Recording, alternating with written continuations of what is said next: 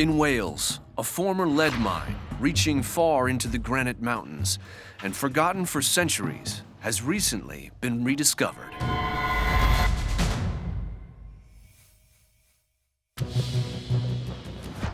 Offering some of the most breathtaking landscapes in the UK, the Cambrian Mountains in Wales were formed over 540 million years ago. Within them are hidden treasures, if you know where to look. So there's much more to this valley than meets the eye on the surface. We've got a hidden world of underground levels, passages, tunnels. One of the recently excavated mines is known as the Cwmystwyth Mine. Known for its rich geologic diversity, its tunnels cover nearly 3 square miles.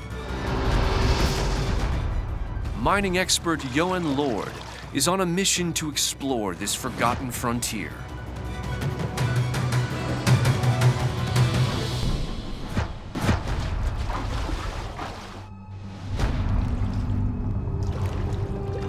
The walls of the mine's entryway, also referred to as an adit, are full of metal ore deposits that don't rust, such as lead, zinc, and copper.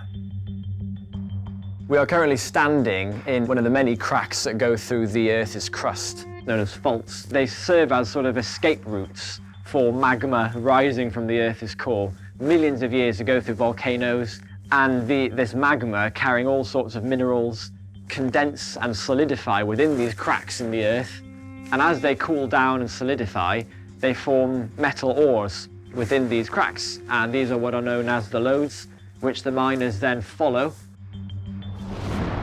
Miners have been following the veins here for thousands of years. We've got mining taking place in this valley from over 4,000 years ago, right up until the last 100 years. The mines were first exploited for the ore of copper, about 2100 BC in the early Bronze Age. Moving on to the Roman occupation in the early AD centuries, it was first mined for lead.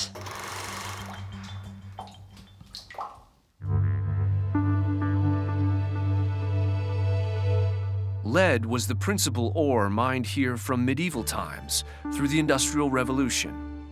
And for a while, the market for lead was so strong that it was more expensive than silver.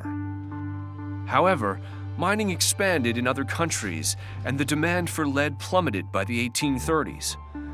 Mine owners had to act fast to keep their expensive operations afloat, so they turned their attention from lead to zinc. In the early 20th century, you had zinc rising to be a very prominent factor as well. Zinc was predominantly used for brass making and coating metals such as iron and steel to prevent them from rusting. It was a matter of leave no stone unturned to find every ounce of it, because that deemed how much the miners were paid at the end of the day. And this was one of the last chances which the mine had in a desperate attempt in the early 20th century to encounter new reserves of ore. And the level actually ends right here, with no mineralization at all. By the 1930s, there was no more mining, and the workings lay abandoned. They just gave up, they ran out of money, and this was the end of it. Today, only a few remnants of the mine's former glory remain.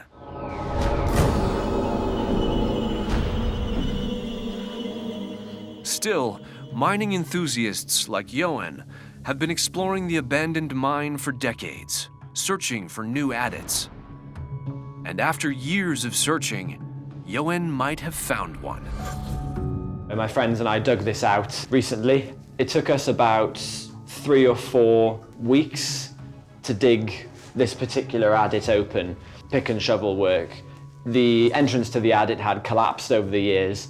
There was a weak timber-braced entrance which had rotted away, and the soil and everything else had fallen in and completely barred entry. So we had to dig down through that collapse in order to break through into the solid rock level which we now have on the other side of that collapse. Once Johan and his team cleared the entryway, it was easy to see that their hard work was well worth the effort. Judging by the items and the rewards that we found in here, it was unlikely that any other explorers had been in here. We have some really good footprints here, so we can actually see the heel prints on this side, the clem as it was called, and all of those individual hobnail marks. So even though it's in fresh-looking mud, this mud has been completely undisturbed for at least 120 years when the last miners walked through this and left their mark. Quite remarkable.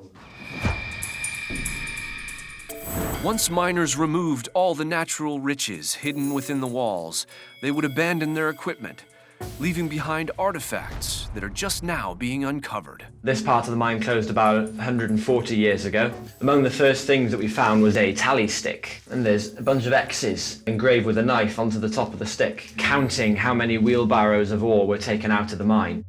These are the remains of some explosive boxes. There's actually a miner's boot print still on this plank of wood here. Today, navigating through these tunnels is a lot different than it was over a century ago.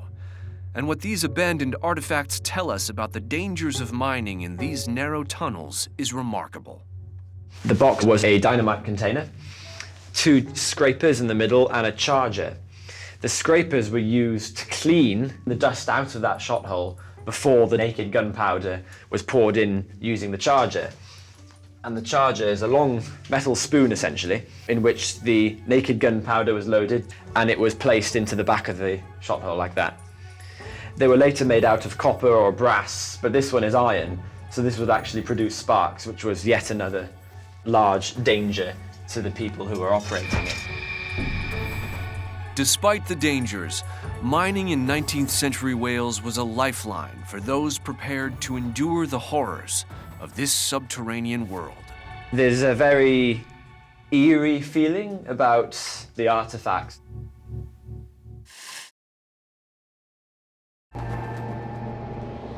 Deep inside the Cambrian Mountains in central Wales, hidden for over 100 years, lie the secrets of the last miners to work these dark subterranean tunnels.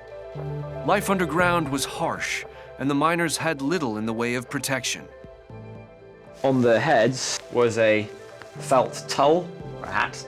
This is original to Cwmystwyth Mine. And the candle would have been placed, and we can still see a little black smudge there, where it would have been, on a ball of clay on the front of the tulle.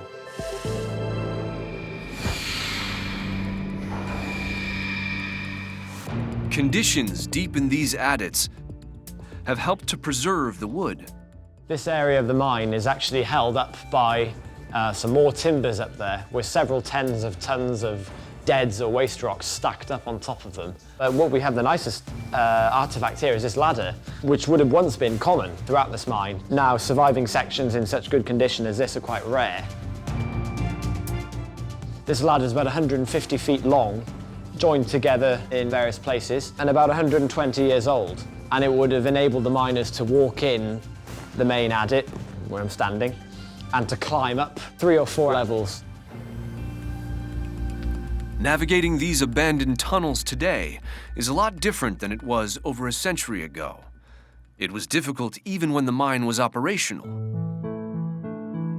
Miners had to come up with ingenious solutions to transport the heavy ores out of the tunnels. This was to some extent the nucleus of the mine during its later period. In about 1900, this skipway was built, which is basically an inclined railway going down to the lower levels that served as a main elevator, bringing ore from the bottom levels up to here, and also down from higher up to here as well, where the ore would be loaded into the wagons to be pushed out to the surface. It was actually worked by a compressed air winch sited at the top. Recently, Johan made another monumental discovery. We are approaching the most productive area of the Cwmystwyth mines, which are the workings on the main vein that was called the Comet lode, and it's up behind this big pack wall here. This pack wall retains a huge amount of waste material that was gained from those workings, and platforms extending up about 500-600 feet. The wooden hopper here was built into the pack wall with a sliding door behind these 2 hinges, so that material could be thrown down, piled up behind the door. The door was then opened to direct the material into wagons sitting here, and then all that material then was trammed out over the bridge behind me.